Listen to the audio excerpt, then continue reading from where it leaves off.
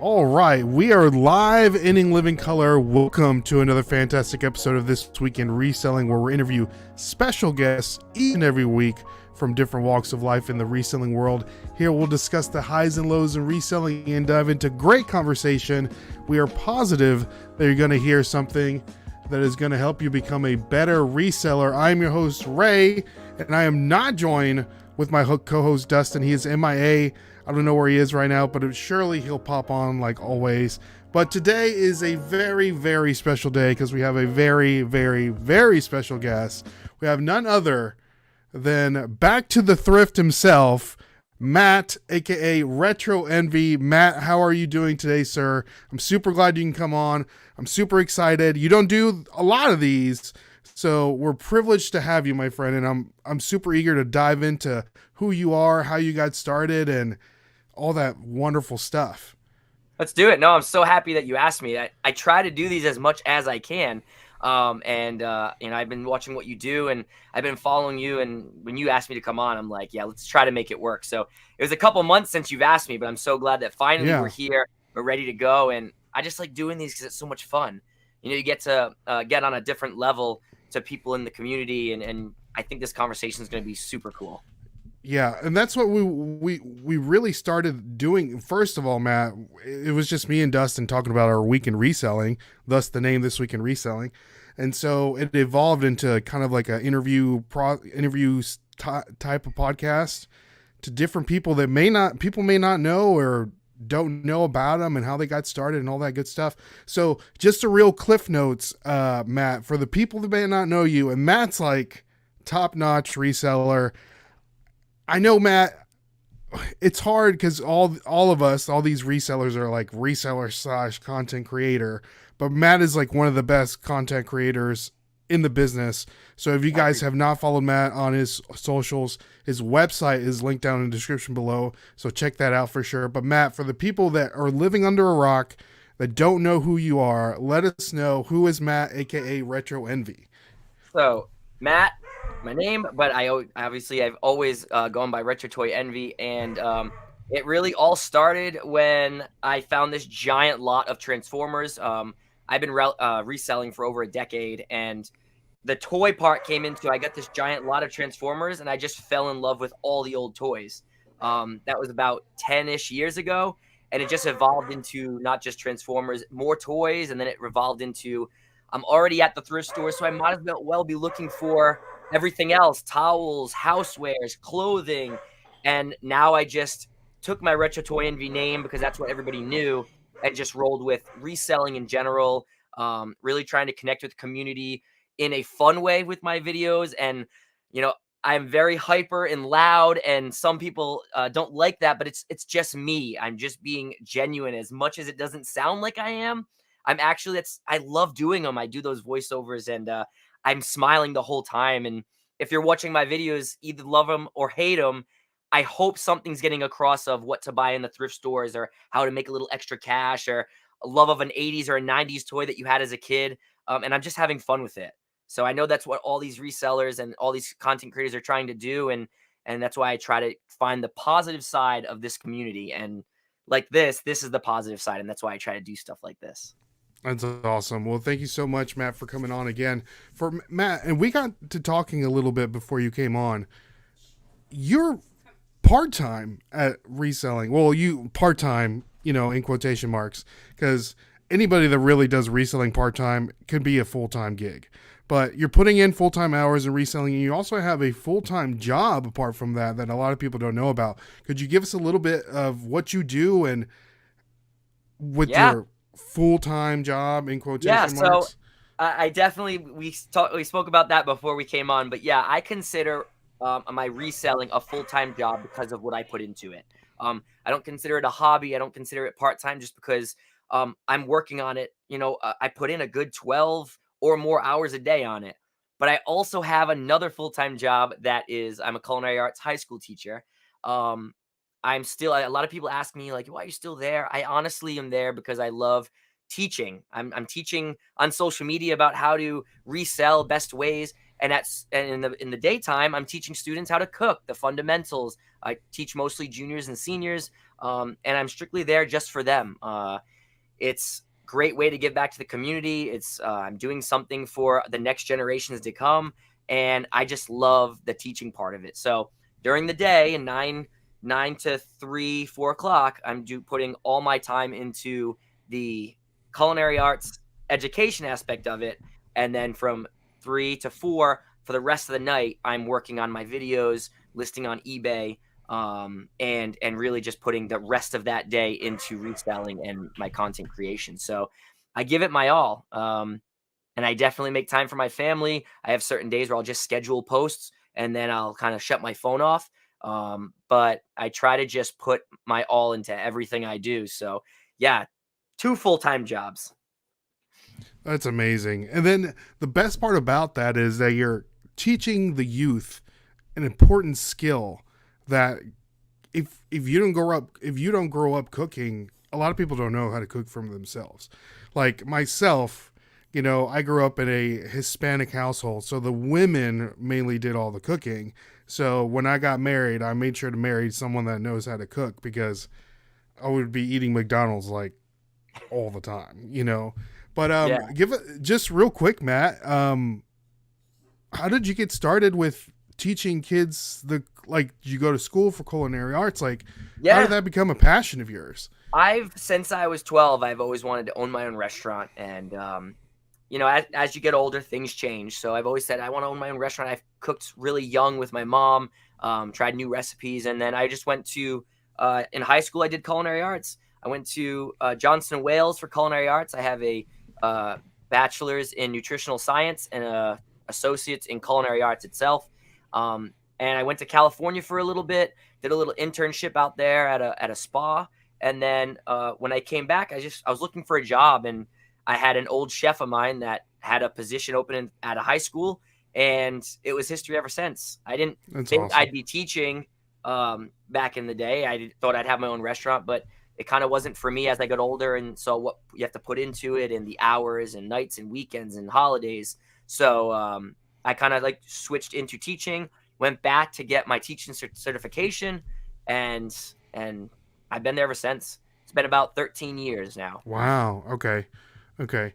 So 13 years, found a job. Are you in California right now? Nope, nope. I'm on No? the East Coast, so I came East back. Coast. California was just so expensive. Yeah, So can when I came imagine. back, I think I was like 22, 23, and I'm like, my money's a little short. I need a job. So I started doing the teaching. I started as a sub and then started as an assistant, and then I became a full-time teacher within a year or two. Okay. Awesome. So Yeah. you're studying culinary arts, you find a job at a high school teaching the youth about making food basically. And where does that story of finding all those transformers come in? Is that something that as a young kid you're always like hustling, flipping stuff on the sides, like trading your pogs for Pokemon cards, So it's or funny you is it said that. It's really funny you said it because I have never really talked about that young side of me, but um, I was always hustling, or if you want to say that. I had my own leaf raking business. I had my own snow removal. I caddied on the weekends when I was like 12, trying to make extra money. So I was always trying to do stuff like that to buy me my next toy or put towards something I wanted. Um, but then, like you said, I would always do trades, and I would have friends come over and be like, "It's the sale of the century. Come in my room, buy whatever you want, good prices." oh And my friends would literally come in my room and be like, "Oh, is this for sale? Like, everything's for sale. I'm trying to save up for a video game, so whatever you want." I remember selling my soda from my grandmother's house on the street, and she got pretty mad at me. I was selling them too cheap, but I would get all the Cokes and Diet Cokes, and I'd put it in a little stand and sell them for like $1. And I was always doing stuff like that, but it was always for a goal. It was always for because I wanted something or I wanted to go somewhere, and I wanted to earn it. Um, yeah. and that kind of rolls into when I got this new job. I needed to make extra form of money. I needed to find a way to pay some bills and stuff. So I started reselling, um, and unfortunately, I started with all my childhood toys. Like we all So do. I had a really good Mighty Morphin Power Ranger collection. I have every figure I want now in my collection here. I have. But I it's don't know if you not. can see. It's like, see that right there. Yes, I see it up in the Yeah. corner. Yes. But for the collection I have here that I found throughout my like hunting, it's nothing compared. I would give all that up just to get back my actual toys that I played with and I battled and I had my imagination going crazy with them. So unfortunately, I started selling off my Power Ranger collection, some wrestlers, Ninja Turtles, and then I was like, wow, I can make this is lucrative. I can make money doing this. And then I started going to thrift stores, and that's where I started looking on Facebook Marketplace, Craigslist, and I found that big giant Transformers lot. And my name was actually on eBay. It was actually Transformer Envy because I was like, Ooh. it's a great way to get rid of these Transformers. Switch that. I'm talking about like thousands of Transformers. I bought one of the biggest lots I've ever bought. So I named it Transformer Envy, and then once the Transformers started going away, I'm like, damn, I gotta name this something else. And that's when I figured I'll sell any retro toys, and it went into Retro Toy Envy, and that's how I got the name. So tell us, you said over 1,000 Transformers. Like, give us that. And Yeah, Dustin just jumped on. Dustin, What's up? how are Hey, you doing today, sir? Dustin, Doing this good. is Matt, Retro Toy Envy. Matt, this is my brother-in-law, Dustin. Hey, And Dustin. What's up, Matt? so the Transformer is that still like a epic find So- for you? That is one of my. So me and a buddy of mine, we call it Tony's Toys. His guy's name was Tony. We found him on Craigslist, and at the time, I only had a limited budget. I knew a lot about Transformers, but he had, when we walked into his house, he had boxes and boxes, and I mean like hundreds in total, but like 10 or 15 of each of these things I'll name. Sealed GI Joes, mail away GI Joes, Nintendo games, Super Nintendo games, all the systems, and it's actually like as I'm saying this, the Virtual Boy, all this Fortress Maximus, a lot of this stuff all came from that giant lot. So there was enough for me to flip, make tons of money, and still keep all this stuff. I got a lot of the stuff I have in Transformers is all from this guy. He had Migos, he had everything. And for me, I went there for the Transformers, and I didn't have the funds to buy everything. But yeah, I mean, everything was in bags. Everything had the accessories. Everything had the card backs. So we made a deal on everything because the deals were pretty good, and I just took it all away. And now that I go back, I wish I could buy everything, you know. But there was another. Is there any reseller footage out there of you picking that stuff up? Like any pictures, any There should videos? be. If we go way back in my Instagram, that might be one picture of my my old car filled up completely with Transformers. Like it was a coupe. It was an old coupe and it has probably has stuff everywhere. It's probably way back in my Instagram when it was just pictures. I was on Instagram super early, so it was just pictures. I used to snap pictures, but there was no videotaping. Like there was no reason to videotape because YouTube was still super fresh. There was no short form media, so like we didn't really videotape anything. But there's probably some pictures. But yeah, that was one of my biggest scores. That's awesome. One of the biggest scores. So, awesome. and that was like early in your reselling career. That was probably 2012 to 13. That was right before I did my name change. I used to be Thrift Shop Swagger before Toy Envy. That was a while ago. So and there's only been another handful of big scores like that that was really like, you know, oh shit moments. And that's one of them. That's a big one. That's awesome. So from Transformers to, I mean, where you are now, I mean, you have this huge Lego man behind you. You got Roger Rabbit and Mario back there that are some amazing pieces. So like, how did that grow? Like, what's the transition from that huge lot to where you are now? So another picture that's probably way back there is when I started recollecting toys, the Transformers lot was definitely my like start where I'm like, okay, I want to start collecting some of this stuff back. I had so much of it that I'm like, I'll keep what I like that really like stands out to me, something I had as a kid or a favorite character. I'll sell the rest, and then maybe I'll start hunting for more and keep only what I like and sell the rest off. So I'm like, I'll just buy in lots. I'll buy bins of Ninja Turtles. I'll keep the Ninja Turtles I want. I'll sell the rest and pay for what I, you know, bought them for. And that's how it went. Everything you see behind me I would say I'd be able to hold in my hand what I bought on eBay. Everything else has been thrifted, yard saled, garage saled, Facebook Marketplace or Craigslist, auction. Nothing I really bought from, like full retail because I wanted to find it. It's more of like the hunt. Mm-hmm. So that's what really drove me. I just wanted to find everything I had as a kid, stuff I didn't have as a kid, and just really get that, that feeling of like getting the hot sweats when you find something really good and you're like, oh my God, I just found this. Yep. That's awesome.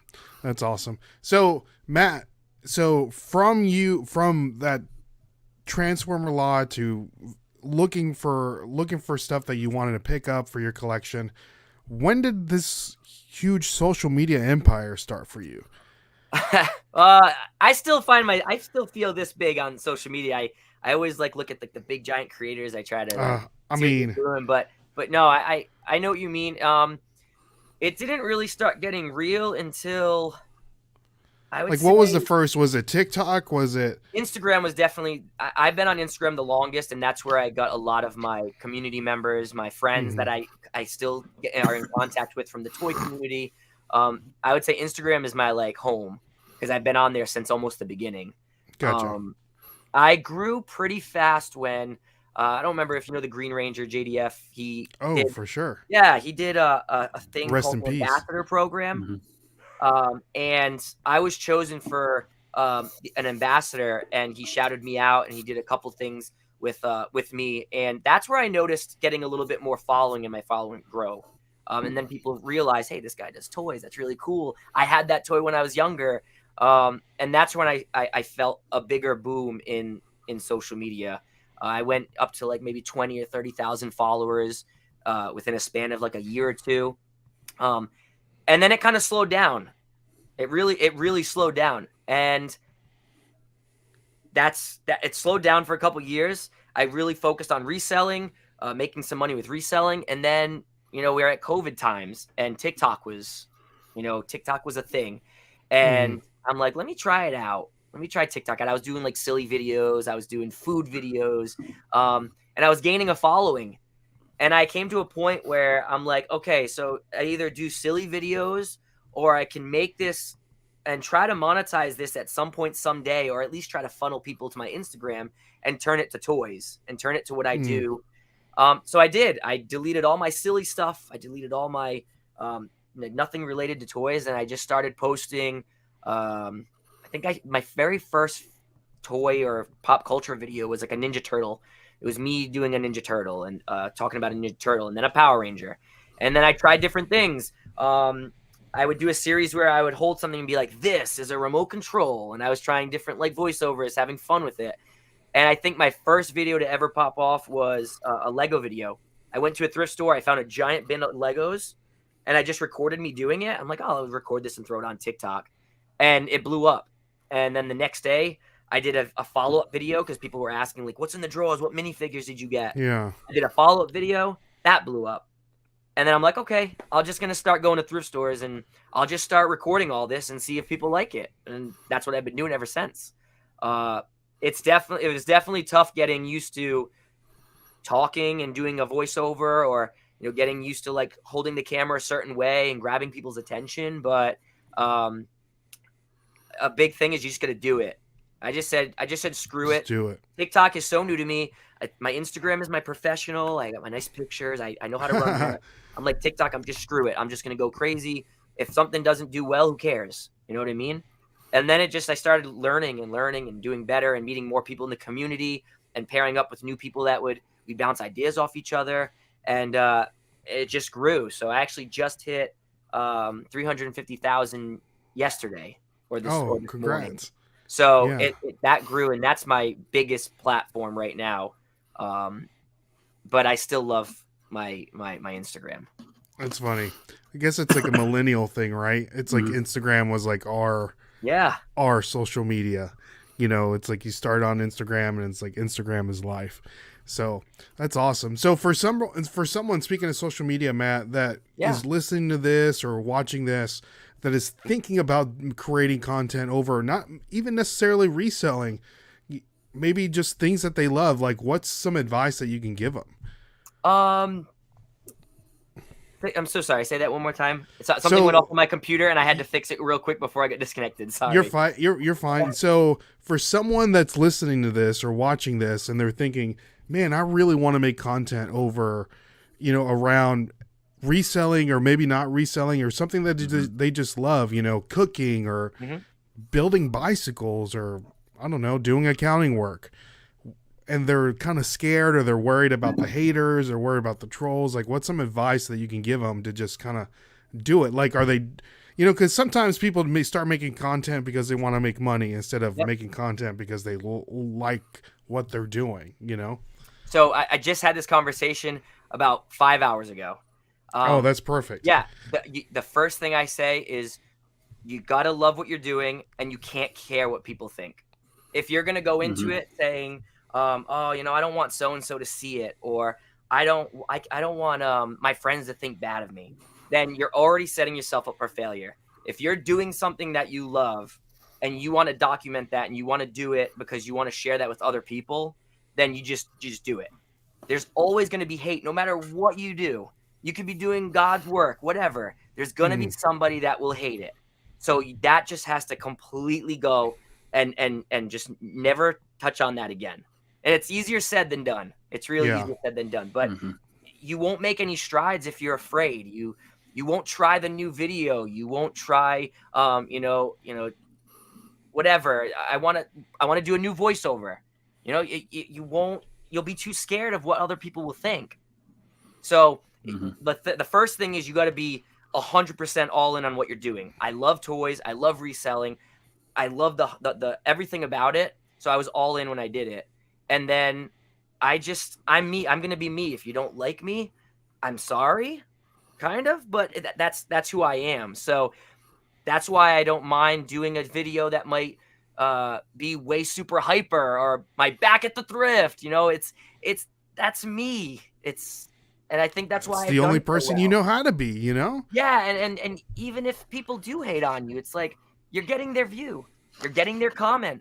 You're getting their time, and a lot of those people will come back again, and you're getting that second or third view. So just have fun with it, love what you're doing, and don't be afraid. Just make that first video, make that first post, that first blog, that first podcast, because it'll just get better as you keep doing it. And if you don't believe me, scroll way down in my TikTok and go see my original voiceovers. Go see my original editing. It's not what I'm doing now. And I'll be able to say this in another 5 years. Go look way down. It's way different. I was screaming in all of them. So everything changes as you keep doing it more. So nice. I hope somebody that's watching now, or whenever you watch this, I hope you just make the move, make the jump, and do what you want to do. There you go. So let's say hi to some people in the comments here, Matt, because they've been joining us. So let's say hi. We have Emily's mom, I always mess that up, says, hello, everyone. And another great podcast that everyone needs to listen to is Let's Do Lunch Podcast. The ladies over there, they're saying, popping in to say hi, hit the like, show our friends some support. Good to see you, girls. Glad you can jump in. And then Bombshell says, love your videos, Matt. Oh, thanks. And then a Rural Squirrel, Kristen, or one of her friends, a Rural Squirrel, she says, oh my God, that's me. I'm living under a rock. So, hey. Well, there you go. This is your sign. Exactly. Designed today. For sure. Go make a post. Pickin' and Jeepin' says, howdy from Sarasota. Nice to see you, Pickin' and Jeepin'. And then Alan is in the building, and we have our boy Chris at Peak, one of our former guests. He says, so Retro Matt casually didn't mention to me he was going to be here tonight. Oh, okay. Maybe you guys were talking to earlier. It's in my story, so he's not looking at my stories then. There you go. Right there. We have Fireball Flippers in the building. Good to see you, Amanda. Glad you can stop by. Matt, is it true that you were the Red Power Ranger for 2 years? He's a handsome guy. No, I was not the Power Ranger for 2 years. That's a deep, dark secret, Chris. Come on. Ooh, okay. Austin. What's his last name? Austin. Well, the original Red Ranger. Austin St. John. There you go. Austin St. John. There we go. We have Simply Shenanigans is in the building. Good to see you. Glad you can stop by. And here's a question from Hunting with Tripler. Question: at what point does collecting become hoarding? When do you cross the threshold of nostalgia and I need it all mentally? That's a great question. That's really loaded. That's a really. Let us know when you find that out, Hunting. Yep. Absolutely. Any thoughts on that, Yeah, Matt? Do you have? I'll definitely hit that because me and my friends joke about hoarding all the time. There's very few things in my collection that I'll never be able to part with. There's a couple things that really are like near and dear to me. Whatever I have left from my childhood, that is going to stay with me. I'll give that to my kids when I have them. But the stuff that I have behind me, at some point, I want it to go for the next thing in my life, you know? But there are people that they buy everything and they might want to keep everything. To me, it's like, if that makes you happy, cool. But in my case, let's just say my Battle Beast collection or my Power Ranger collection. If I get bored of it someday, I might get rid of it all and start a new, a new Ghostbusters collection. Or it's more of the hunt for me than trying to get everything. Yeah. And that's kind of where weird? it might be separated for some people. Some people just want to take everything. I need everything and just keep it. But for me, it's more of that feeling that when I find something and it's like, wow, I just found this and it's super rare and I found it at a yard sale. But yeah, everything has a price at some point here.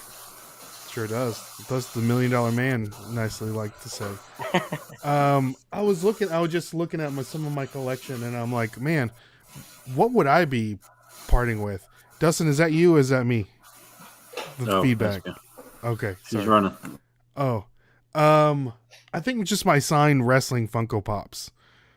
That's probably something, because a lot of them I would go to the conventions and get them signed.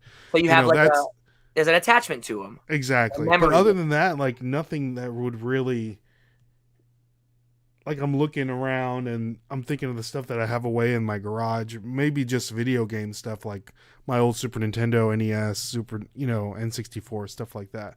But yeah. Craven Card says, good evening, a thumbs up. And yes, guys, hit the thumbs up. Get us boosted up on that eBay algorithm, that YouTube algorithm.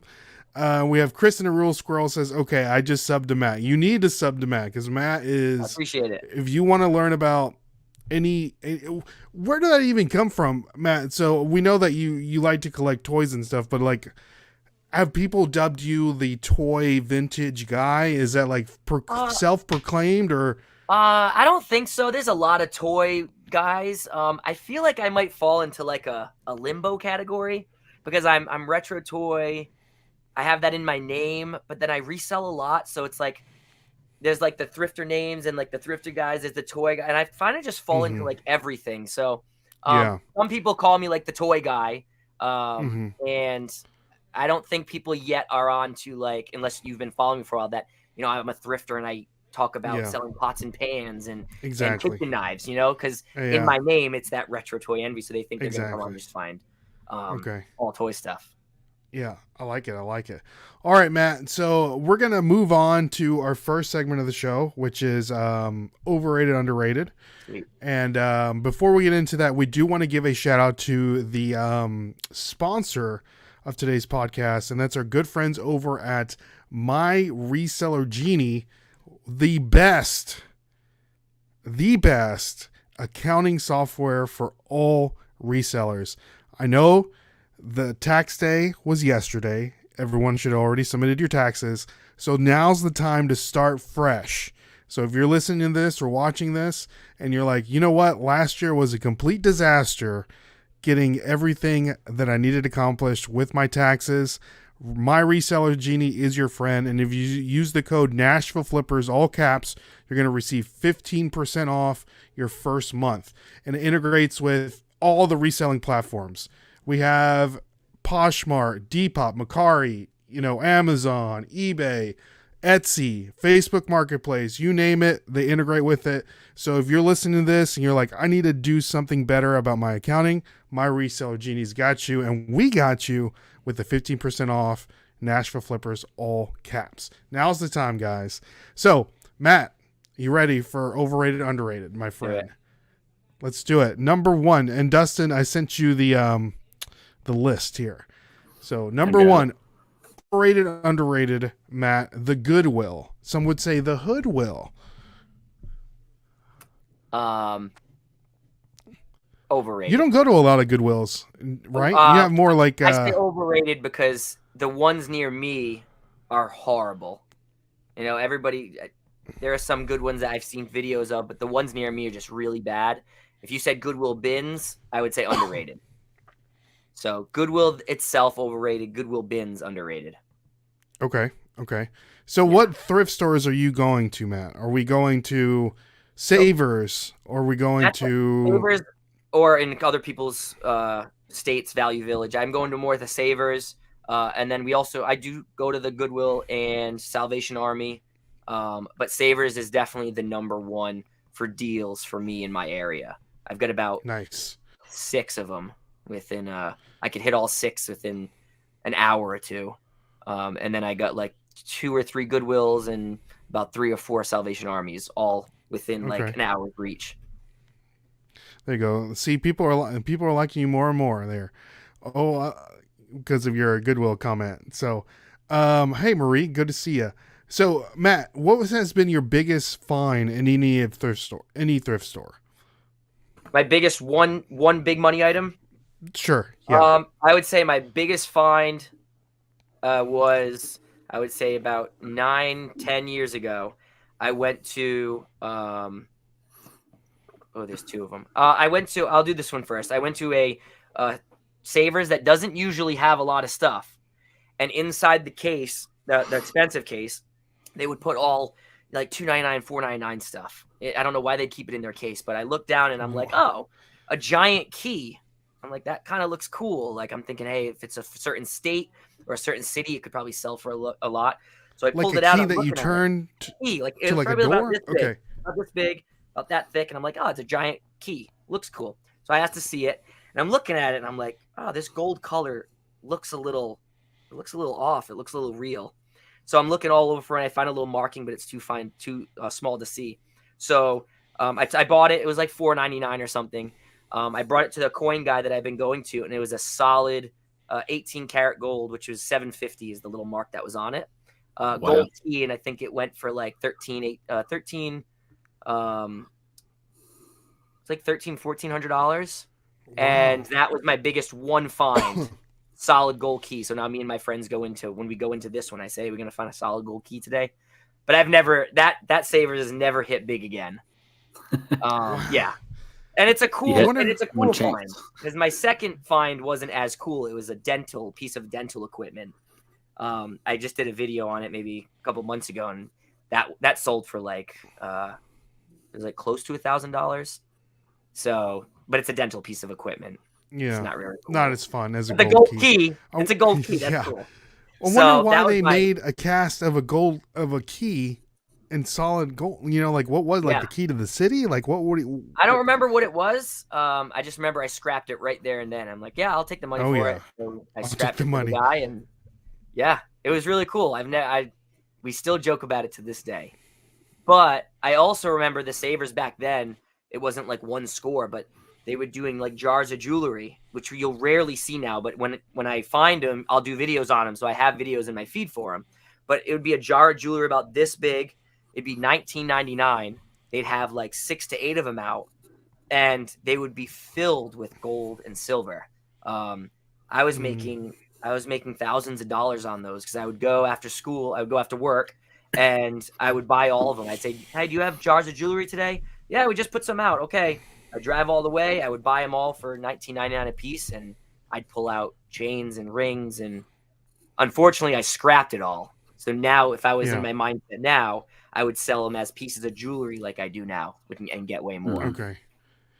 Yeah, I gotta get better at jewelry. I don't know too much about it. Maria's saying, why didn't you use your camera phone to blow up the markings?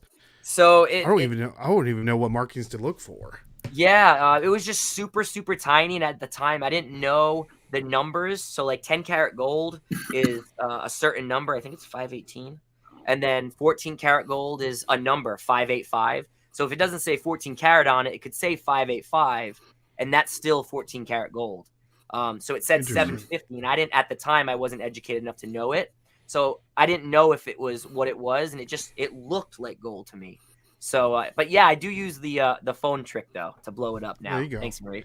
But yeah, I was saying something. Oh, Ray, when you were saying like you don't know enough about jewelry, one of the Yeah. biggest comments I get is that, and then one of the biggest responses I get is try to learn about it because it's always money left on the shelf because there'll be a pin. It's not gold, it's not signed, but it'll be something like an art palette or a really big pin that has like a horse on it, and those sell for I get like $15-20 for them, and usually they're like 99 cents to $2.99.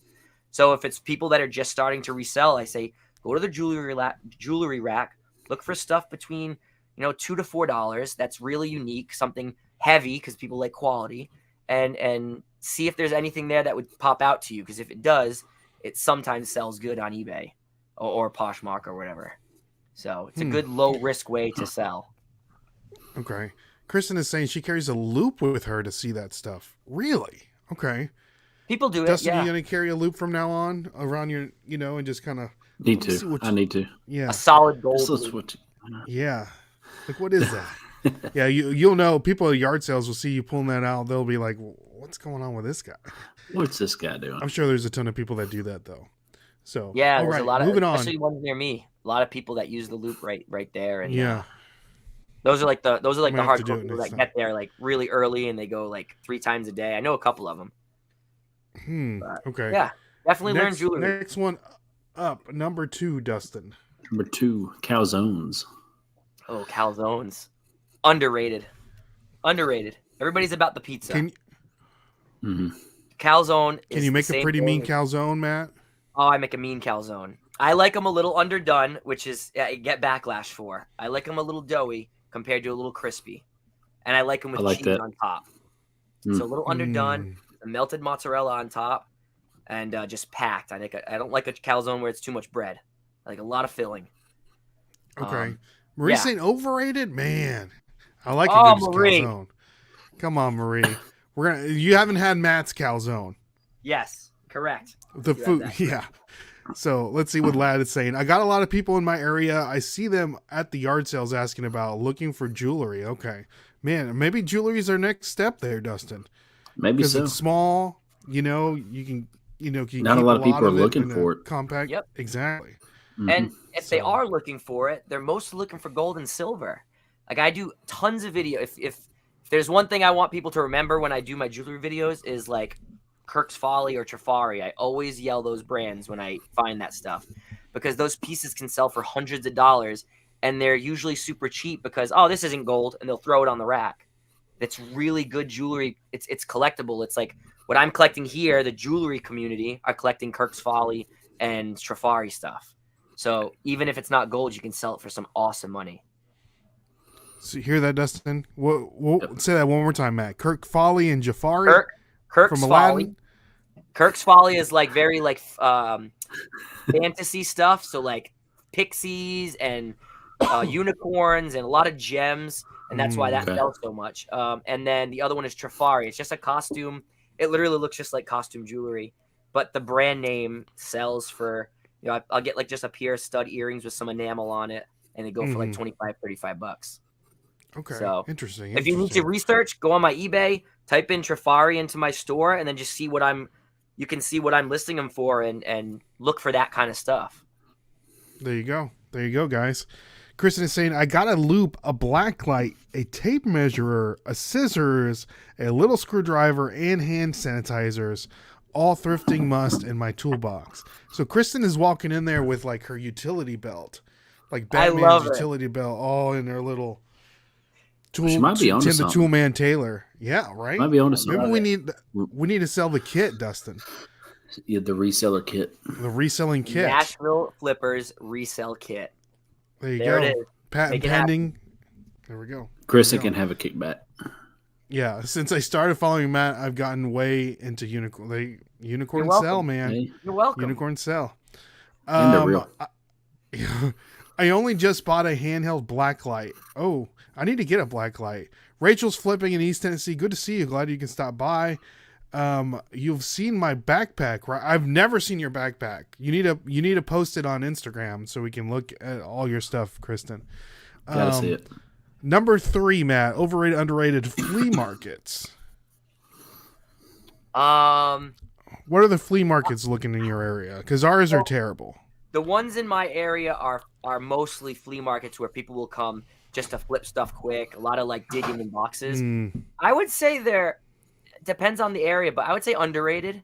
I would say people hear the word flea market and they think of fake Gucci bags and fake Rolex watches, and you're going to buy that stuff. But if you can find a good flea market in your area where there are a lot of people that do cleanouts and buyouts, and they're just going there to flip stuff quick, I feel like there's a lot of money left on the tables when people pack up. You got to obviously you're not going to go to a flea market, and it does happen, but you're not going to find like a Nintendo in the original box for $5 because it is a flea market. But you will find there'll be a lot of stuff hidden, or you have to dig for, that they want to just get that quick money for. They'll give you a good deal because they know that you want to resell it, and they know that they already made their money on the buyout or the clean out. And that's where I do most of my good money from, is people that already have made their money doing their buyouts or whatever. There you go. Speaking of buyouts and clean out, Dustin, I just got an email from our girl that does the estate sale buyouts. Oh, yeah. Yes. So remind me of that when this podcast is over. Okay. So, let's see where we at. Kristen is saying she got her black light from Thrifter Sifter store. Me too. Shout out to the other Matt. Yeah, there we go. Too. Lad is saying, you sell Nashville Flippers fanny pack, or does Kevin get the market on lock? Hey, we'll put ours like we'll make it a crossbody. If he's selling a fanny pack, we'll do that. Picking and jeeping. I learned just a few weeks ago from my picker mom. She's 75. Shout out to your picker mom. That 14 karat earrings are marked on the post. Yep. Like the little stem. Yeah. Okay. I just did a video on that too. Wow. Okay. Yeah. So if it's marked on the stem, and the stem is, if it's a pretty well made piece of jewelry, that whole piece will be gold. Okay. Definitely nice. double check and try to buy cheap enough if you're still learning. But if it's marked, especially hoops, if they're marked on the little stem, the whole earring will be. Nice. Okay. Yep. Marie's saying, if you sell on local apps and accept cash, get a money pen with a black light on it. Okay. We got we're getting all these great ideas, Dustin. Are you writing these down? I don't have any paper. Yeah, we'll go back and check on these for sure. Phil Magic 79. Hey guys, thanks for everything you contribute to the reselling community. Paducah, Kentucky. Thanks, man. Glad you can stop by.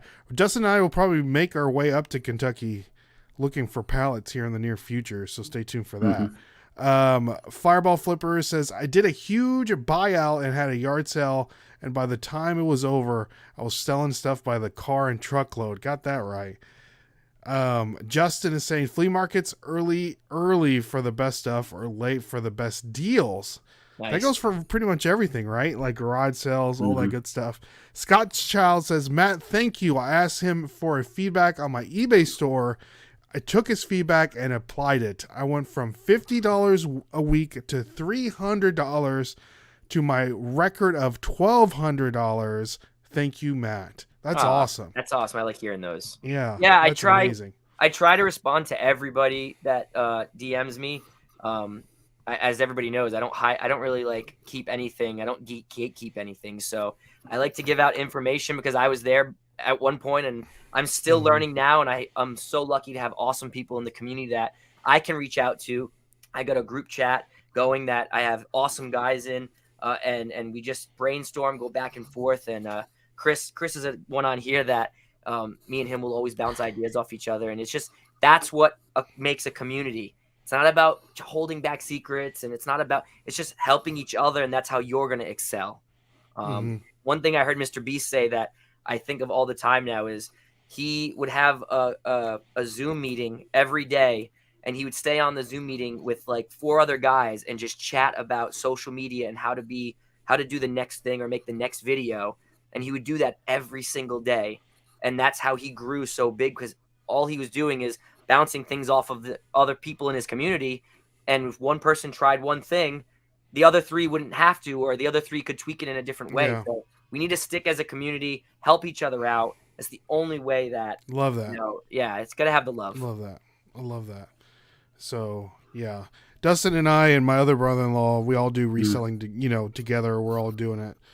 But our wives on dinner tables, they're like, no reselling talk today. Okay, guys. Hard. You know, it is hard. It is hard.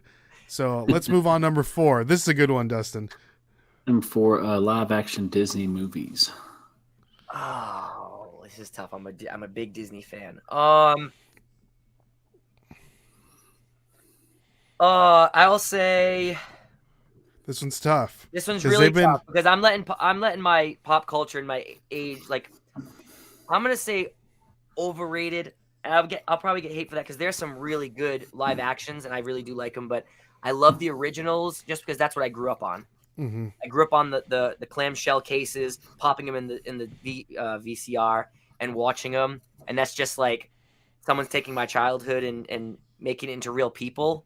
And some live action stuff's really cool, but like I'm not a huge fan of CGI.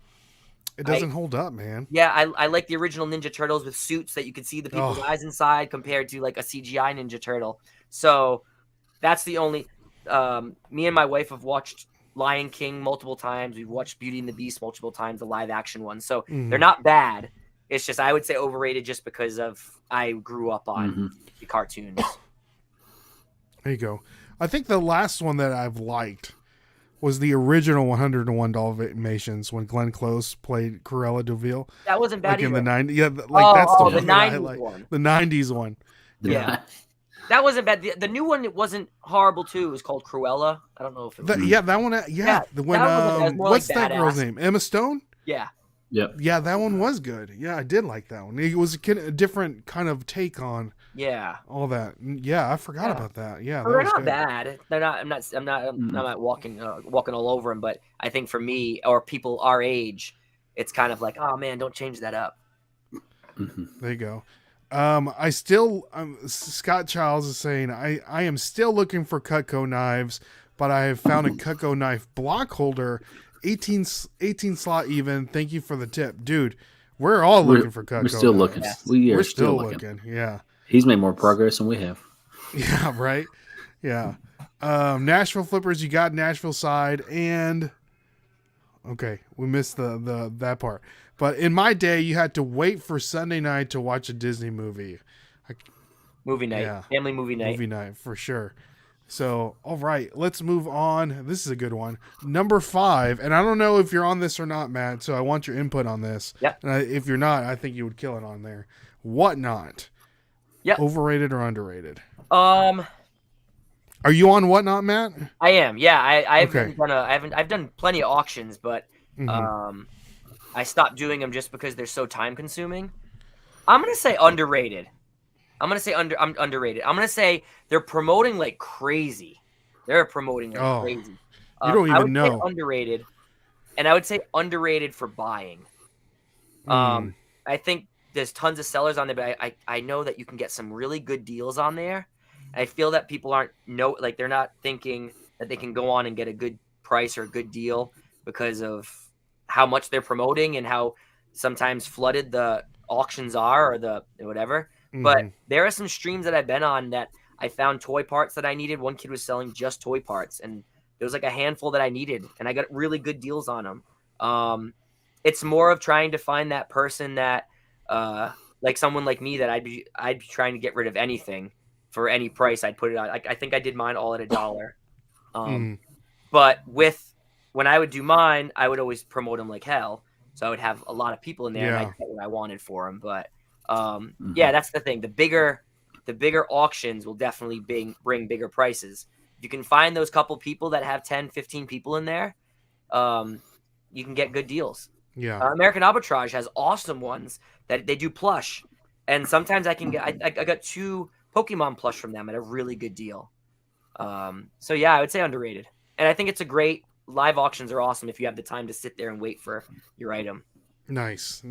Speaking of Carrie, American Arbitrage, he's going to be joining us in the near future, and we're all going to be talking about trading cards. Awesome. So he just started his new YouTube channel about trading cards, so that's all we're going to talk about is trading cards. So that should be fun. That's awesome. But Matt, what was I going to say with Whatnot?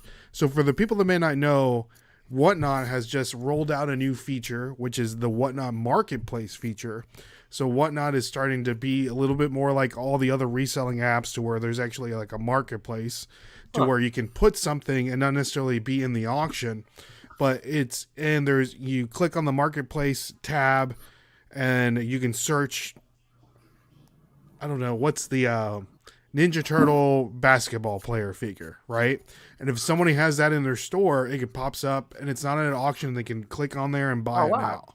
So a lot of people don't know that. It just kind of rolled out. So if you don't see it in your app, just update it and it should be there.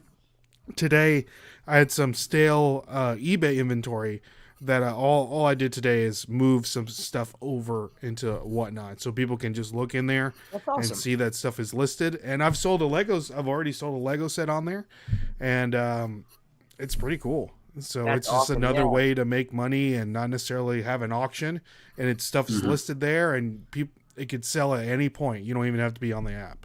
So it's a great. I think it's a great app. I think it runs pretty well. You got a lot of good names on there, and I think you're going to see tons more of Whatnot. Yeah, I think so too. They're spending a lot. They are spending a ton of money. Yeah. Yeah. So Pickin' and Jeepin' says, I think eBay is waiting to see how Whatnot does, and then they're just going to buy them out. So full transparency,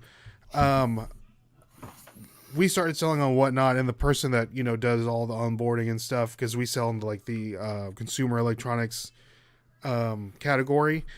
And they actually wanted me to run their TikTok and Instagram, and I told them no. And they said, well, just kind of do the Instagram. So I'm doing the Whatnot Instagram. So if you follow Whatnot Electronics on Instagram, that's me running everything. But anyways, so by doing so, I've gotten to speak to a lot of people on Whatnot, and one of them is like the VP of Whatnot, and they're not at any time looking to sell the company. So that's something that they just want to grow and grow and grow. Yeah, smart. So very smart. Yeah, because I think it's kind of a disruptor in the space, I feel like, because everyone's kind of pivoting into live auctions. So, because if everyone knows by listening to this podcast, I was a Whatnot hater 100% until we started using it. Thanks, Dustin. We got it on video. So, yeah. So, like I said, it's changed the way Dustin and I have completely source. Because things that we wouldn't pick up, now we're picking up because we know we can get rid of it like that. That's the game changer part of it. Yeah. If I wanted to sell this pen, I go on and I could literally, even if I sold it for $1, it could be sold tonight, as long as people buy it. Exactly. But it could be sold tonight. And I tell the people that if you're going to get serious into Whatnot, pick one channel, at least one channel to grow for your social media, because it's nice to have an outlet to advertise your Whatnot auctions or whatever. So I think those definitely go hand in hand. The more people you can promote it to through your channels, your auctions will be huge. So if I wanted to get rid of this entire room within this week, I could just run auctions all day. I could just literally just auction it off. Actually, a couple kids did that over COVID. They auctioned off 24 hours. I think Carrie did that maybe once, but yeah, 24-hour auction, and they didn't stop or something like that. But yeah, it was crazy. That's crazy. So Marie saying, yeah, you were, LOL. So are you selling consistently on there now, Matt, or is that something you're... I'm not. I'm actually focusing. So I'm focusing on, for myself, I'm all in on content creation. I'm trying really hard to make more videos, a lot more long format. I've been really pushing on YouTube. I'd love to break 100,000 before the year's over. And that is my main goal. I actually hired on a couple people for my eBay. So when I go do all the sourcing in my videos, I now can just drop it off and they will source all my stuff onto eBay for me. And all I have to do is just approve the drafts. And nice. I want to be able to just do the video part of it. It makes me the happiest. The money part obviously just comes with whatever, but doing the videos and editing the videos, that's just, I love it. So, and going and actually going in the stores and hunting yard sales, meeting new people, that's what makes me the happiest. So when I lose my happy time, I won't want to do it anymore. So that's right. I'd rather delegate out the stuff that I don't want to do and just really focus on what makes me happy. So speaking of losing your happy time, Matt, What about Meta? Are they on your crap list right now? Absolutely not. And this is tough for a lot of people. But you have to remember, I told you, one of the things I told you is I've been on Instagram almost since the beginning. Mm-hmm. How many years did we do Instagram posts without getting paid a penny? We were doing it because we loved it. We were doing it because we wanted to meet new people. I love doing the content creation. Anything I get extra is a bonus. A bonus. So for me, they pulled the bonus program, but I still am doing my posts. I'm still doing my. They'll come up with something else. I promise you, they will. They have to stay up with the next social media. They have to start. They have to keep up with everybody, and they have to keep their content creators happy. YouTube Exactly. obviously is a huge content creator. They monetize with all their creators, but they'll come up with something else. But just don't forget why you started posting on social media. The tough part is people that started social media just for the monetization. And I think you spoke on that a little bit where, there are some people that just do it for money. But that's why I try to tell people, start something you like to do. Because if the money stops, you want to be able to still do it for you. So I'm anything I get from it, I get pennies on TikTok, but it's pennies that I didn't have. You know what I mean? That's true. So yeah, that's true. I still enjoy doing what I do. Yeah, that's awesome. Great advice there, Matt. Great advice. Yeah. Someone that also has some great advice. We have our girl Trisha in the building. Says, I'm here thanks to Chris at Peak, Chris at Summit. Did Chris change his name? All of a sudden. Oh, and then K-Way is in the building also. So good to see you, K-Way and Trisha. One of our TikTok, what would you say? One of our, the TikTok group. It's a different group. Definitely. The clan, the TikTok clan. The TikTok clan. There we go. Retro Envy. There we go. Thrift. Yeah, Randy's in the building. Randy, I like your new logo. I like that head on there. So I like that. Shout out to Randy. All these amazing content creators. Good people. Really good people. Good community. All right. Next one up here. Number 6, Matt. Number 6. Bryan Cranston, a.k.a. Walter White. Oh, underrated. I think he's underrated. He definitely. All you heard was about Breaking Bad. But I think I just saw something a TikTok today, or a short video today of him talking with a guy on the red carpet, and he's just so down to earth and just a regular guy. And for me, that's what makes somebody overrated or underrated. If they're just a great person, and I hope that's how he portrays himself all the time. But that's underrated to me. Awesome. Adam Sandler, underrated. Yep. Just a great, he's just he does movies and he's just himself. And he doesn't care what he looks like. He doesn't care what, he plays ball still in the community and stuff. It's just, that's definitely underrated. That's awesome. You got to watch Your Honor. Bryan Cranston is phenomenal on that. Hey, what does it stream on? It's on Prime Video, but it's like Prime, Showtime. Sweet. Okay. Yep. Okay, nice. Yeah.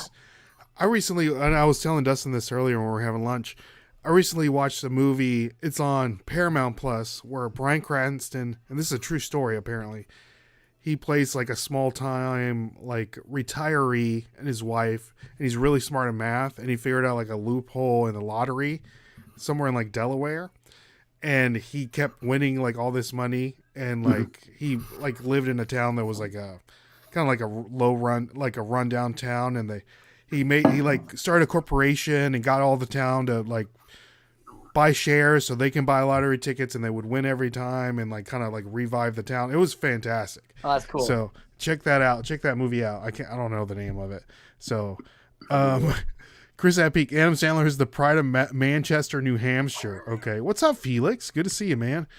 All right, let's move on. Number 7, overrated, underrated, reselling clothing. Speaking of Chris. I would say underrated. It's tough. I have to put my little 2 cents into all these. So I would say underrated for stuff that flies under the radar. Chris is always saying new brands. K-Way, always saying stuff to look out for. You could literally just resell clothes and primarily just do clothes. And there's so much you never run out of. But people want the rap tees. People want the cartoon stuff. People want the Gucci sweaters. Yeah. So yeah, you might not find that every time, but Chris does a killing on Ralph Lauren purple or whatever polo tees. It's just you got to know what to look for. So definitely watch those guys because I'm still doing more research on it because when I have a slow day at a thrift store and I don't find anything good, I'll go over to the shirt section because I usually primarily don't do that stuff. I'll look through the shirts. I'll look through the polos, the golf stuff. Definitely underrated.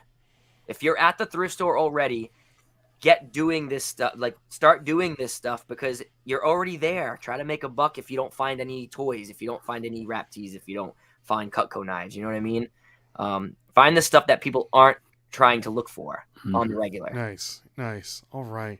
And Trisha just dropped a super sticker.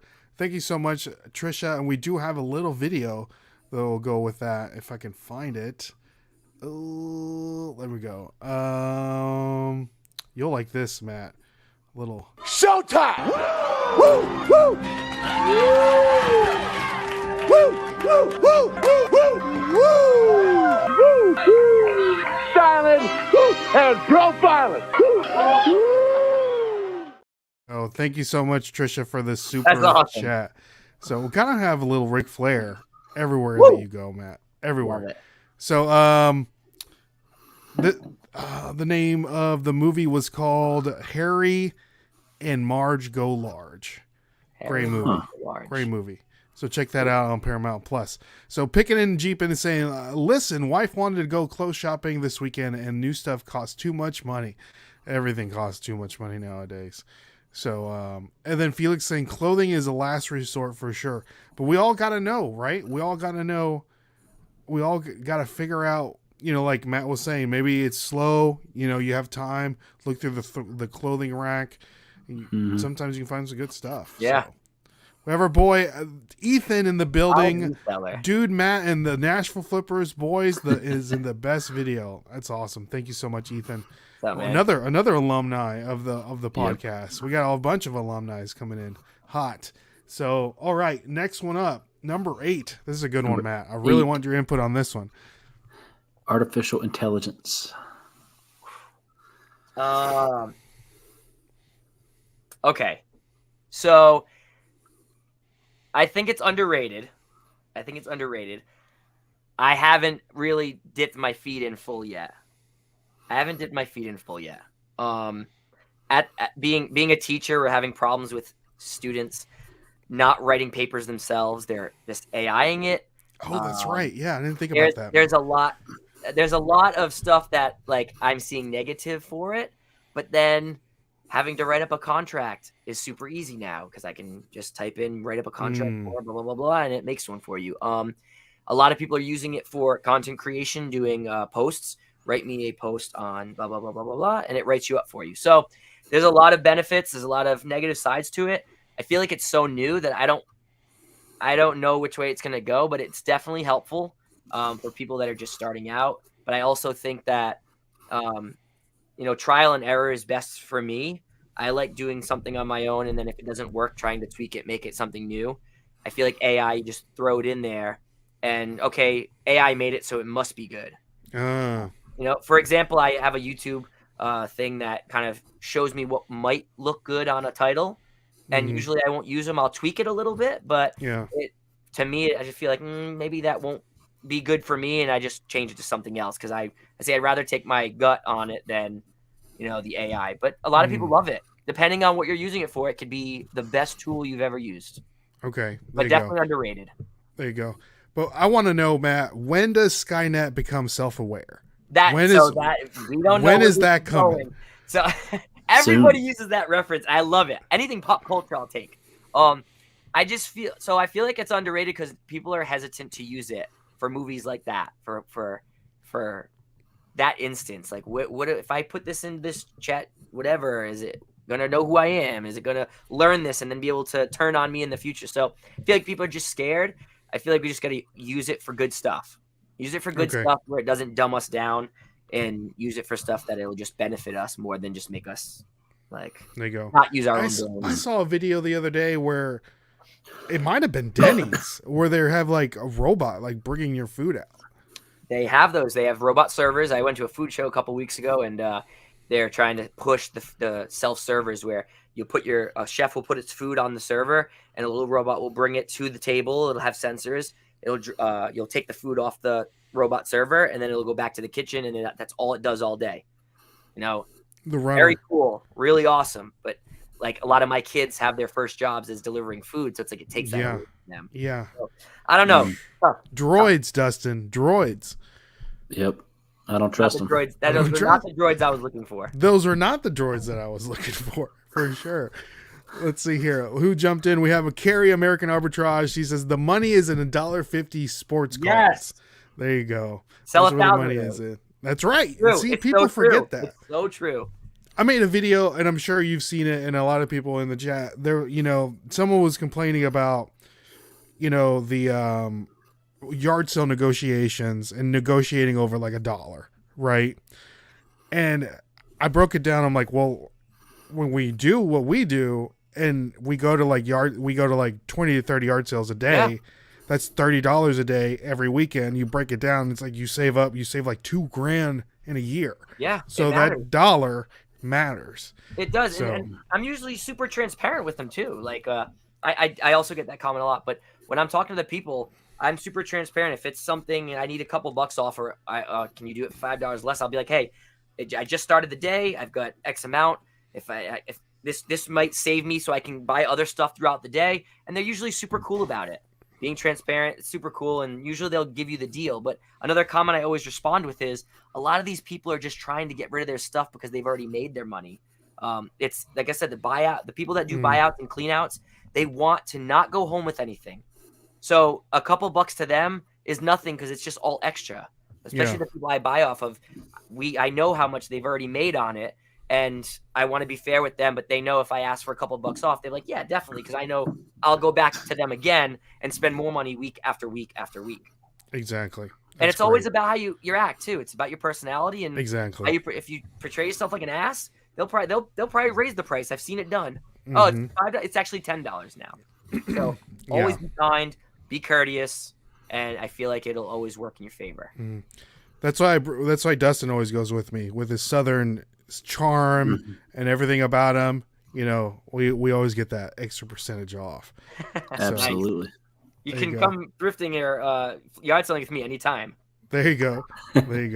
We have our boy Matt, the other Matt, Thrifter Sifters in the building. Good to see you, Matt. There he is. And let's see here. Death Pile Picker says, I've made up my mind. I'm buying clothing and selling it to resellers and a minimum 3x ROI for them. Not gonna mess with it. Okay, Mike, let's see how that goes for you. And Lad is saying Google Lens on the glass is automatically looking up comps for you without obviously pulling up your phone. Now that's an AI use for me. Yeah, that would be dope. For especially sure. garage sales, eBay comps Yeah. too. Could you imagine? That's super dope. You don't have to like turn your back like you're looking at other stuff and the pull eBay comp quick. There you Did go. that the other day. Oh, and K-Way dropped a super sticker, and then I see another one from Thrifting Treasure. Thank you guys so much for doing that. We have another video that we want to drop, and the context is every Monday night, if you guys don't know, me and the other reseller, Paul the Philly Flipper, we do a Monday night draft show where we draft random subjects. Tomorrow is going to be fast food restaurants. But there's our boy TJ is also on the show. He did this Instagram reel, and I use it as a super sticker video. So everyone enjoy.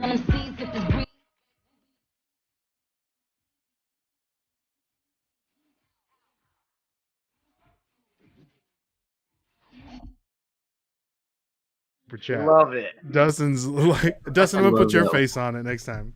That'd be hilarious. So he actually got it taken down on Instagram because it was like too risky or something like that. Oh my god. So yeah. Can I just say something? We were talking about community before, and this is what I'm talking about. Everybody coming in.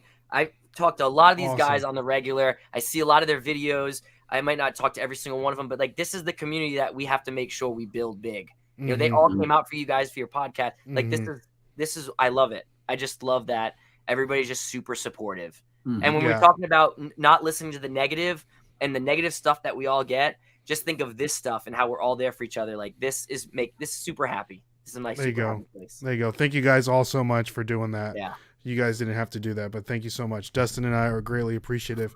And Carrie's saying $100 super sticker. Kevin will pay you later. Maybe. I'll make sure to send him the PayPal invoice so he receives it. Yeah. So moving on. And everyone, thank you so much. Number 9, the Goodwill bins.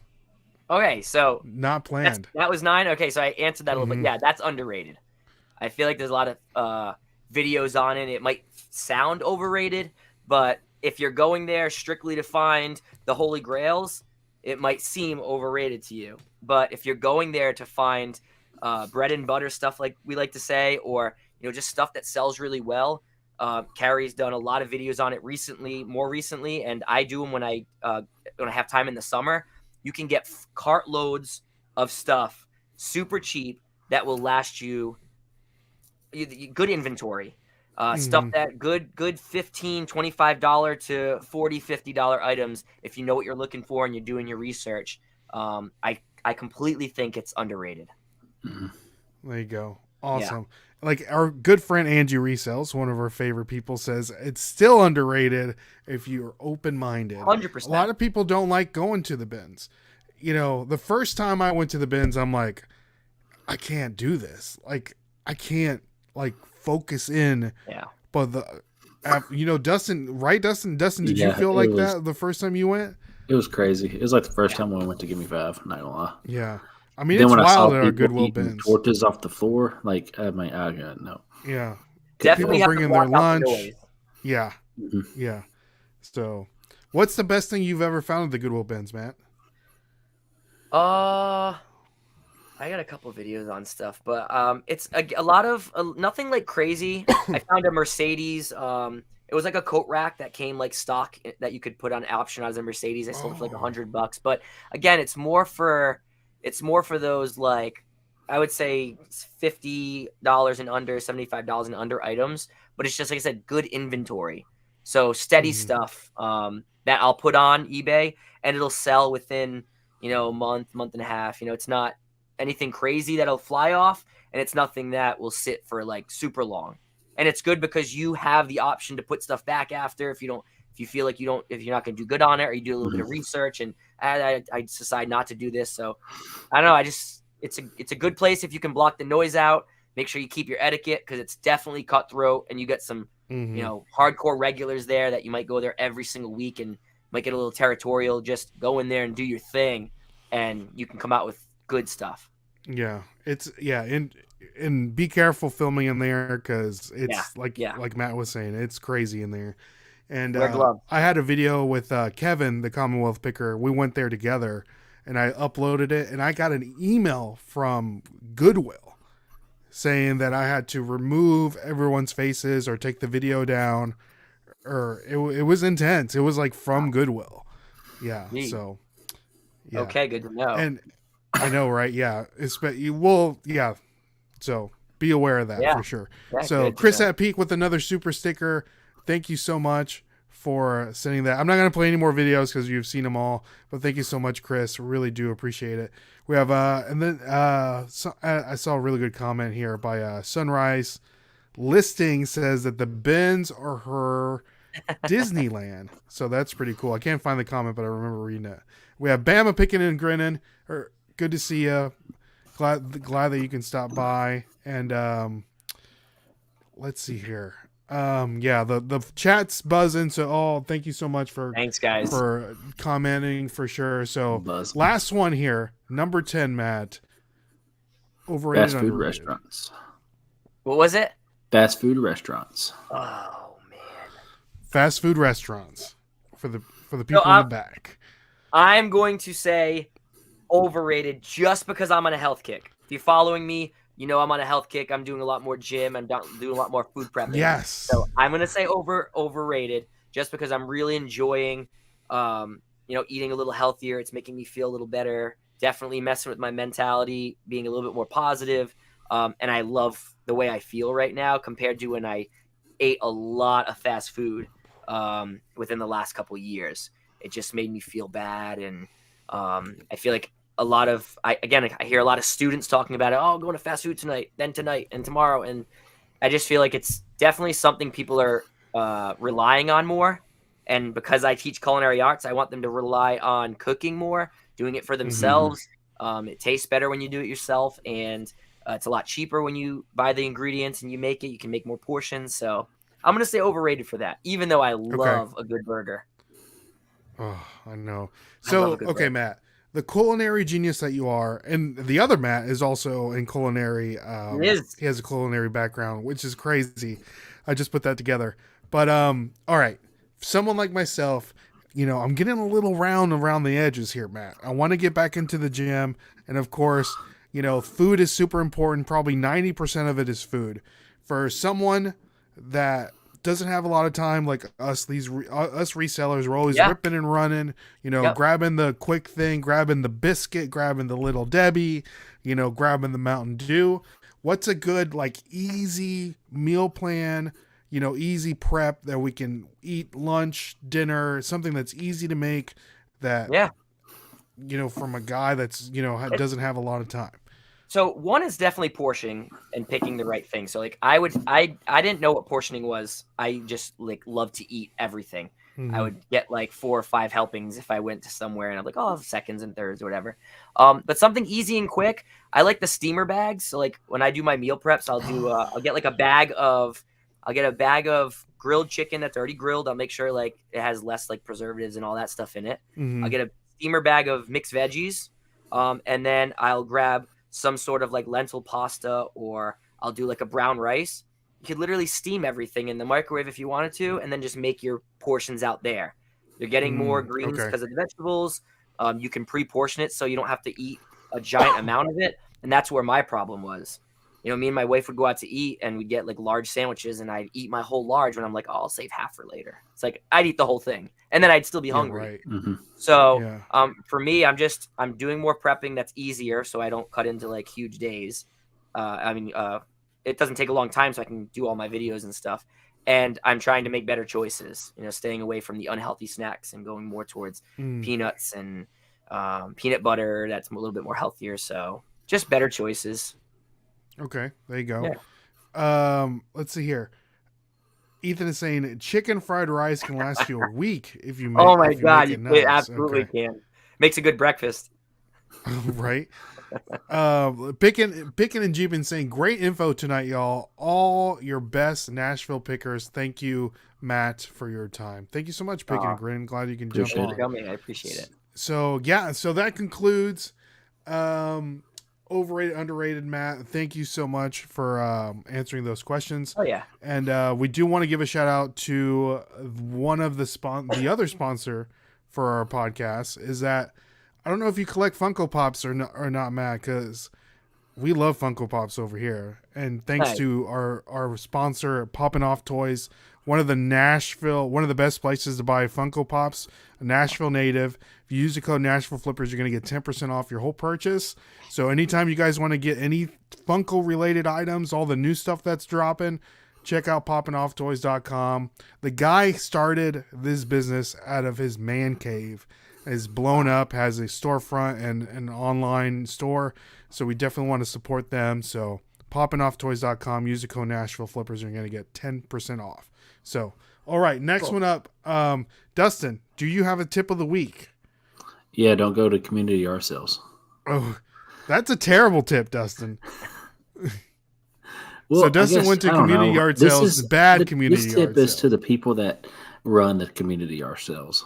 If you're going to have a community yard sale, have more than 3 houses that actually are going to be in it.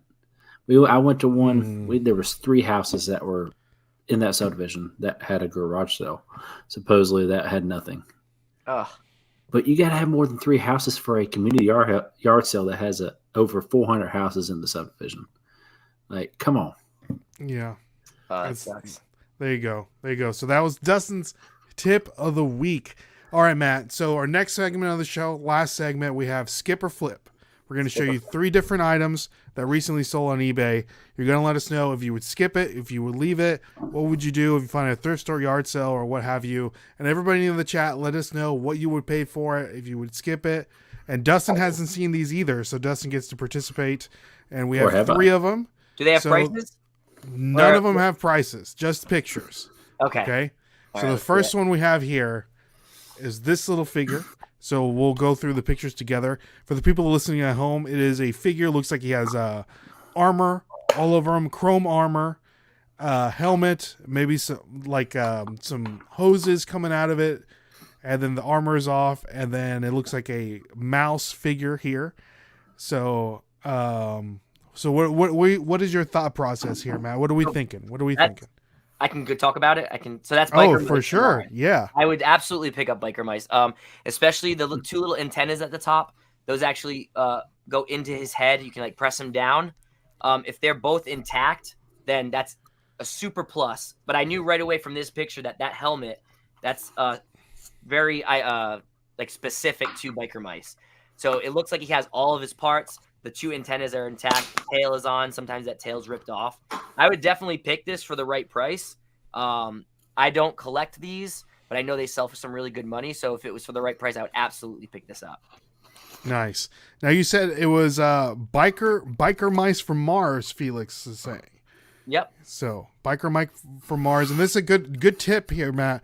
You said that the antennas come off and on. So if you see a biker mice with the antennas, it's going to be worth more because of course usually the one or two of them are broken, or sometimes they don't stay down, or some of them aren't meant to stay down. So when you put the helmet on, they actually retract into the head. So if they're snapped, a collector might not want those snapped antennas. They might want a complete piece. Okay. So Matt, what do you think this item sold for on eBay? So some of the toys can sell for big money, but without researching it, I would say you can get, unless this is like a really rare one, maybe $35 to $60. 35 to 60. Now, if it's something that you don't see a lot, maybe more, but I would say at least you can get good $35. It's complete. It has all its parts and pieces. I would say no less than that. Okay. What would you feel comfortable picking this up? To resell to resell? Mm-hmm. I would take a chance because again, I don't know this specific one. I would take a chance at $20. $20? $20?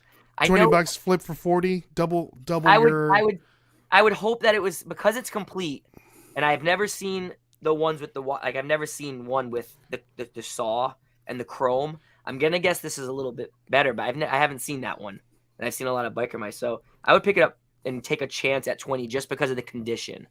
If it was just the figure, I wouldn't. I really that saw is crazy, and the chrome is in really good shape. It's not worn off. I always look for the chrome to see if it's worn, and that those 80s and 90s, especially 90s, they wear off, and they either a clear underneath or like a black. Like this a dull looks like it's in perfect gray. shape. Yeah. What about you, Dustin? What are we doing here? Were you flipping or are you skipping? Oh, okay. I love retro toys. I pick it up for $5 though. Garage sale price. It's probably in a box under the table that someone's mom put out there. It was their kids' toys, so it's definitely going to be for cheap. $5. How much do you think it's selling for on eBay, Dustin? How much is it sold for? I bet you it's over $100. Okay. All right. Dustin put in Greater down a than or $5 bill. All right. Let's see here. I've never seen this before. See? All right. So this is definitely something. This is great. So And it might be Trisha's $500. flipping, Randy's flipping, Alan's flipping. Let's see here. And this is a great tip. Weird sells. I'd flip that. Speaking of I'd flip that, we have Joe here. How's it going, Joe? Good to see you with I'd flip that. And what's up, Julio, Mexican Picker, just jumping in. Good to see you. Hey. And everybody. Julio's saying flip all day. So this biker mice from Mars figure just sold on eBay for $194. Nice. So now that's a if this good were one. me, and after I looked it up and I knew what the price was, a figure like this, if he's complete, does it say if he's complete? If he's complete, I'd probably send this out to get graded because of how great of a condition it is. Really? Okay. For more. Rare Biker Knights Invisible Vinny Biker Mice from Mars action figure 1993. Figure and accessories are in great condition. Rare figure. Yeah, that's nice. So, there you go. Fire. Yeah, this is definitely something that I think would make it into a, like Dustin was saying, like into a garage sale. Yeah. That they didn't. Nobody knew what it was. You know, So, all right, Matt, not bad. 1 for 1. Let's see if you can get this one right here. And these are all Matt related items, okay? Hell yeah. I'm not gonna try to throw you a curveball. Oh, come on, give me one to try to throw me off. All right. That's All fine. right. So here we go. This one only has one picture, okay? Okay. So we have here this horse. Terrible picture. It looks like it's been taken on someone's dash outside of a convenience store. You can see the sliding doors in the background. Maybe they saw it on a garage sale. They listed it right quick on the way to pick up their Mountain Dew and their Little Debbie cake. So, any thoughts here, Matt? Yeah, I would definitely pick this. I think I would pick this up if I can get it for the right price. The stickers are very similar to like a Masters of the Universe sticker with the colors, and they look. I would say it's probably 80s. There's like I don't know if there's a little mechanism on top to make it roll. It looks like the way that the base. It looks like it kind of maybe you pull it back, go forward, or maybe something like that.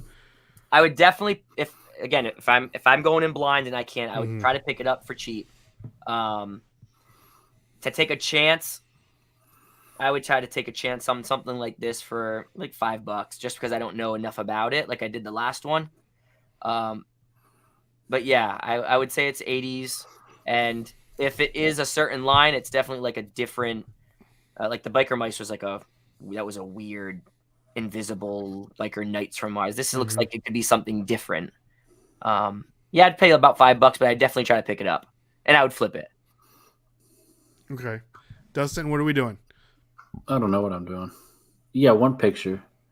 Yeah, Not even a nice picture. You got it on the Dusty Dash at the Twice Dailies. I ain't getting it. No? Yeah, if it's worth some money, you got to have more than one picture. Come on. True. That's true. Yeah. Okay. But then Matt, it's what do you probably think $1,000. Then what do you think this sold for, Matt? and I don't want to go on the high side, or I just see there's a little gray mechanism underneath the fire. You know, like the fire near the main. Is that little gray thing? Yeah. So it looks like there's more to this toy than we think, and it's made really. It looks like it's made well. It's not like a cheap dollar store toy that doesn't have that stuff. The stickers look like they were put on. I would say, if it's something, I would say maybe like $50. Okay. $40 maybe if it's complete. Maybe if not, maybe like 25, 35. Okay. Now Alan is flipping, and Randy sounds like he knows what this is, and it says it's missing a tail.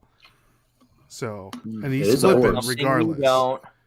So Julio's saying just the fact that they took the picture in their car dash, I think it's available. All these have sold. So, and Randy is saying this is how you often can source from eBay: bad photos, bad auctions, etc. Okay.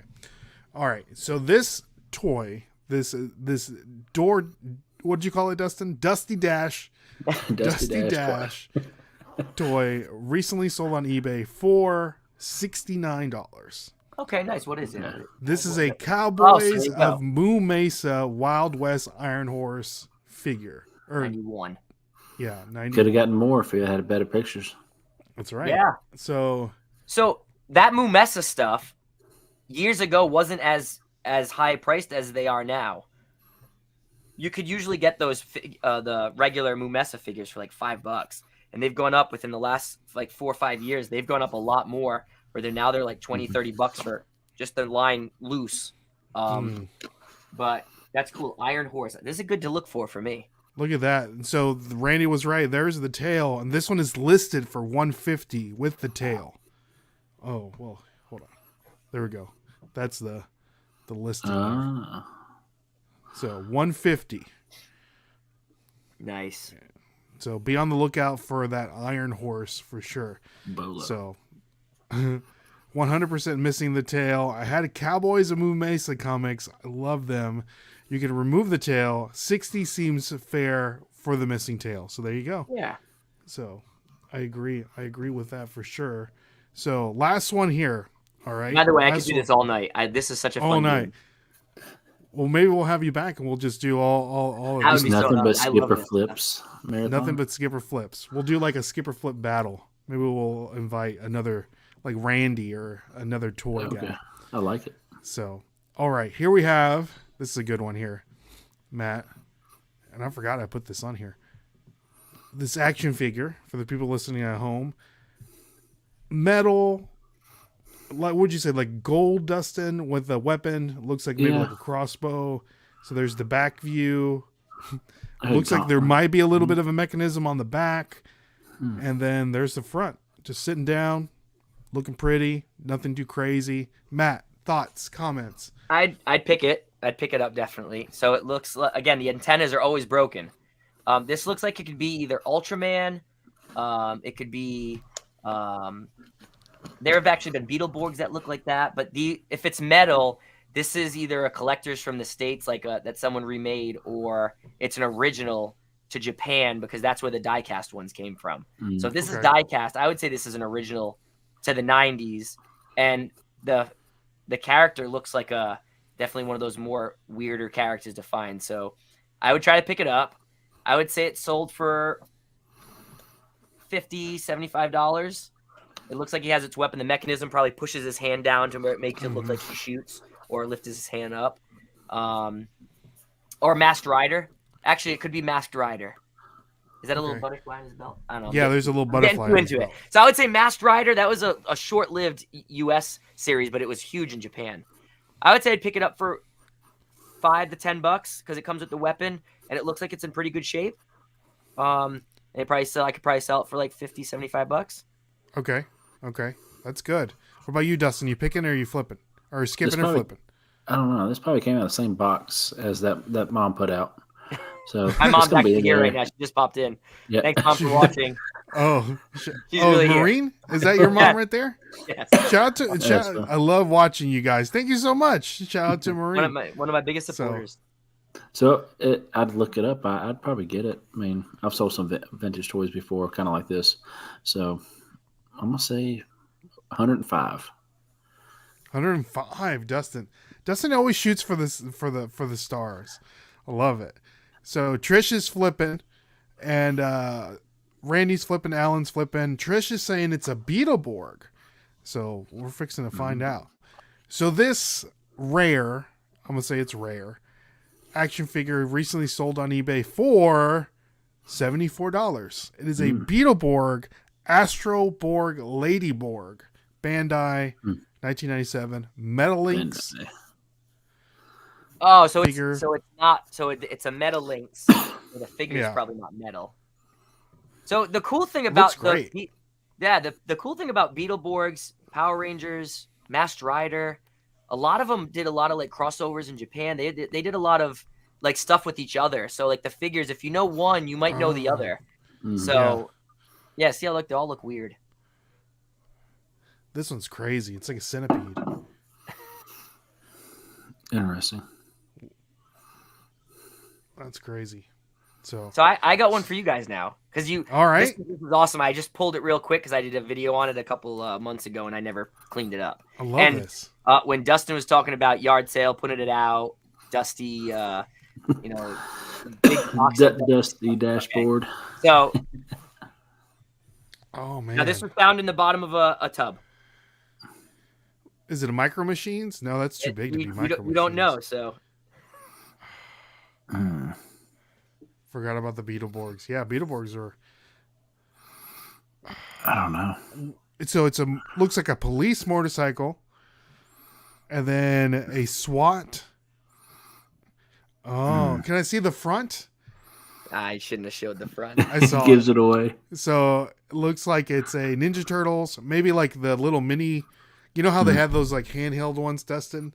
Yeah. The like Mighty Max kind of thing. I mean, I would flip it all day long. What would you pay for it?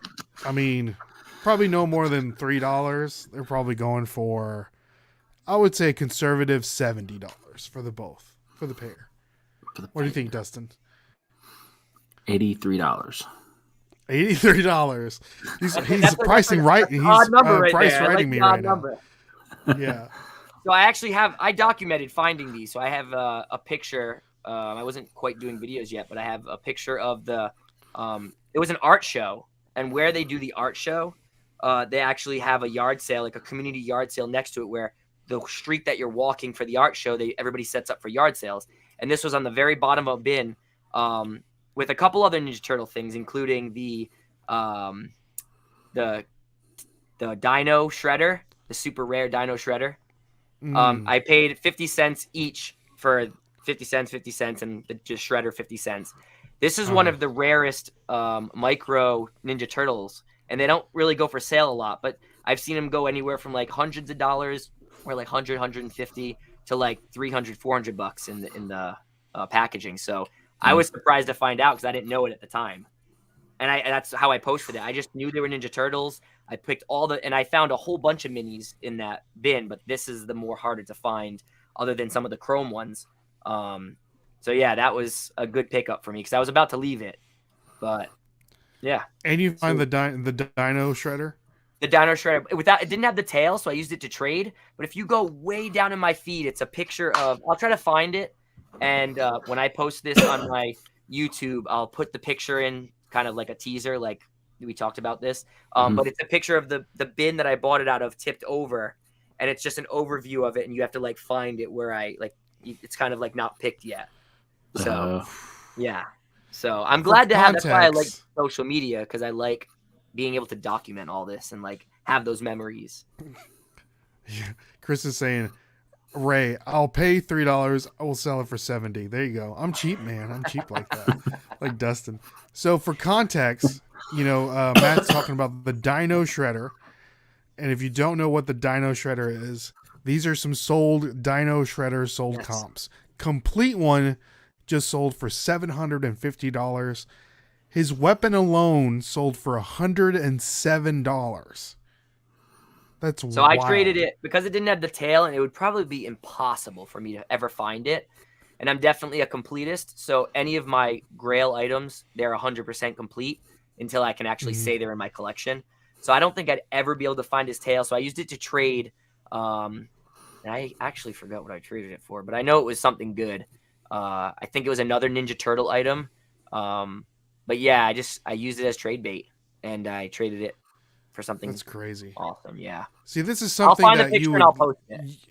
Yeah, you would find at a garage sale, Dustin. And then look Absolutely. at this one. Someone took a best offer, but on card $2,200.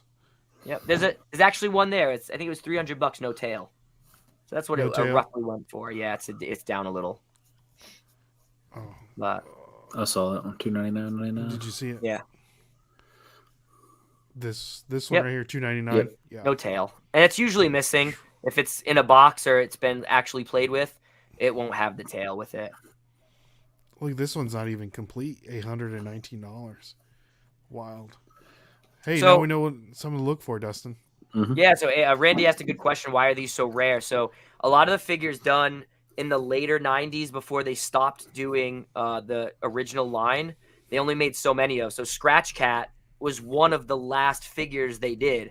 They only made so many, and then no one wanted a cat that they didn't know much about, or they were either already out of collecting Ninja Turtles. So that's why they're so rare, because they weren't mass produced like some of the Ninja Turtles that don't go for as much. And some of the line, they only released like the Sumo Turtles. They only did so many of the Sumo Turtles. So yeah, definitely the ones that are later in the series. These are crazy. I think I had that Triceratops. I remember playing with it. Yeah, super wild. So, Matt, we're getting down the nitty gritty to the end of the show. Thank you so much for spending your time, your Sunday night with us. Yeah, and everybody, thank you so much for listening. And everybody in the chat, thank you so much for spending time with us. So, last question of the night, Matt. For the people that are listening to this, for Matt, culinary expert, thrift store extraordinaire, content and creator, genius. What's the goal for Matt and these coming up years, months? Like, what's something that you're shooting for? That's how we always like to end the podcast. What's something that you're looking to accomplish in your life,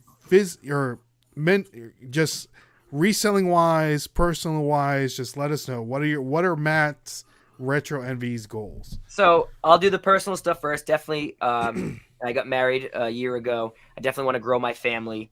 and that's a big priority for me. So that would be number one. For the business aspect of it, social media aspect of it, I definitely want to make this my number one thing. I love teaching. I really do. I love my students.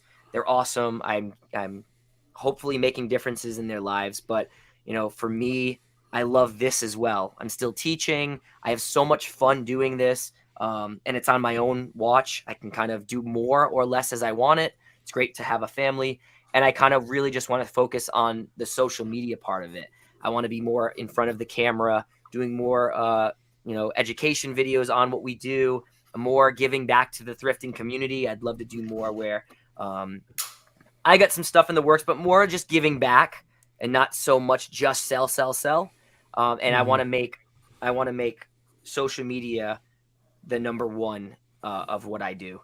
And I'm really trying to grow on YouTube. I'm really pushing hard on that. I would love to make that a number one platform for me, and really just get my name out there to where if someone's looking to do this, they can come to me along with all these amazing people that join the chat, you guys, and then just really just build themselves up from scratch like we all did.